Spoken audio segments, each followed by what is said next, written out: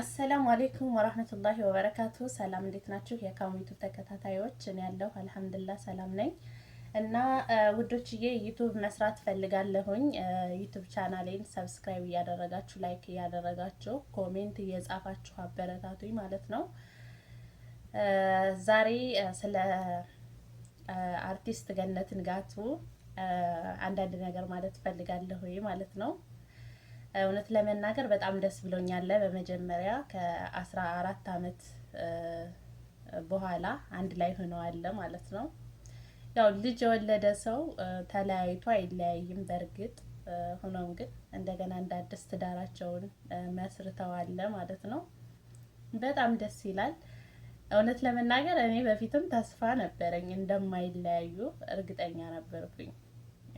በቃ በትዳር መልሰው እንደሚገናኙ እርግጠኛ ነበርኩኝ። ምክንያቱም ማሻአላ በጣም ነፍስ ያወቁ ልጆች ትልልቅ ልጆች አድርሰዋል ማለት ነው። እና ያው ሰውየው ትንሽ ጤነኛ አይመስለኝም፣ በሱስ የተጎዳ ነው የሚመስለው ማለት ነው። ያው ያ ነገር ይሆናል አብሮ እንዲኖር ያላደረገው ማለት ነው ከባለቤቱ ጋር። እሷ ደግሞ በጣም ጀግና ናት ማሻአላህ። በቃ በዚህ ብላ ልጆቿን አሳድጋ እዛ ደርሳለች ማለት ነው። በቃ ሴት ልጅ እንደዚህ ስትሆን በጣም ደስ ይላል እውነት ለመናገር ማለት ነው። በቃ ሴት ልጅ ጠንካራ ከሆነች ጎበዝ ከሆነች በየትኛውም ወንድ ተፈላጊ ናት እና በጣም ደስ ይላል ሀቂቃ ማለት ነው። በቃ የፈለገ ቢራራቁ ቢለያዩም ይገናኛሉ። ምክንያቱም ጎበዝን ሴት የማይፈልግ ወንድ የለም፣ ጠንካራን ሴት የማይፈልግ ወንድ የለም እና በጣም ጀግና ናት። ለብቻዋ 4 ልጆችን አሳድጋለች ማለት ነው። በነገራችን ላይ ያለምንም እርዳታ እንዳሳደገቻቸውም ተናግራለች ማለት ነው። አይረዳትም ነበረ እና ይሄ ደግሞ በጣም ጉብዝናዋን ነው የሚገልጸው ማለት ነው። ጀግና ናት በጣም። ከዚህ ከአርቲስት ሁላችንም ልንማር ይገባል ማለት ነው። እኛ ሴቶች ልንማር ይገባል። ሴት ልጅ ጎበዝ ከሆነች ጀግና ከሆነች በማንኛውም ወንድ ተፈላጊ ናት ማለት ነው እና የራሷ የሆነ ነገር ሊኖራት ይገባል፣ አላማ ሊኖራት ይገባል ብዬ ነው ማምነው ማለት ነው። ለሴት ልጅ ወንድ ብቻ ሊሆን አይደለም የሚገባው አላማዋ ላይ የሆነ ራሱን የቻለ የሆነ አላማ ሊኖራት ይገባል። ትኩረቷን ወንድ ላይ ልታደርግ አይገባም ማለት ነው። በብዛት አሁን ወንዶች እየተሰላቹ ያሉት በቃ ከሆነች ሴት ጋር ግንኙነት ከጀመረ በኋላ አንድ ወንድ ከዛ በኋላ በቃ እዛ ወንድ ላይ ተለጥፋ ነው የምትቀረው ያቺ ሴት ማለት ነው። ስለ ራሷ ሀያት አታስብም፣ ስለ ወደፊት ህይወቷ አታስብም። ያን ነገር ደግሞ ወንዶች አይፈልጉትም እና ወንዶቻው በባህሪያቸው ያችን ሴት ለፍተው ነው ማግኘት የሚፈልጉት ማለት ነው። ጀግና ሴት ነው የሚፈልጉት፣ ጠንካራ ሴት ነው የሚፈልጉት እና ጠንካራ ሴት ደግሞ አንድ ወንድ በቀላሉ ሊያገኛት አይችልም። ምክንያቱም እሷ ለራሷ ጎበዝ ስለሆነ ማለት ነው።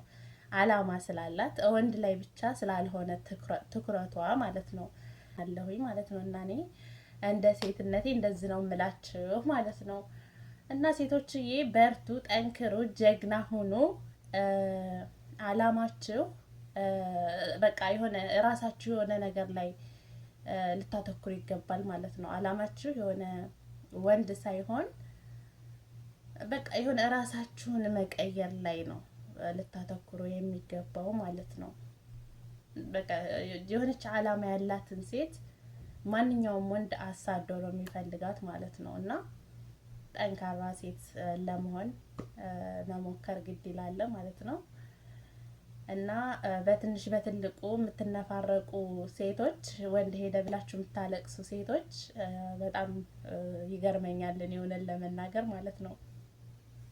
እኔ ያው እንደዚህ ፍቅር ምናምን ነገር የሚባለው ነገር እኔ ነክቶኝ አያውቅም፣ ቀምሶኝም አያውቅም። እኔ አላውቅም ማለት ነው ስለ ፍቅር እና ቢሆንም ግን እኔ ከልክ ያለፈ እንደዚህ ማለት አላማዬን ሳት አድርጌ እዛ ወንድ ላይ ትኩረት አደርጋለሁ ብዬ እማስብ አይመስለኝም ማለት ነው።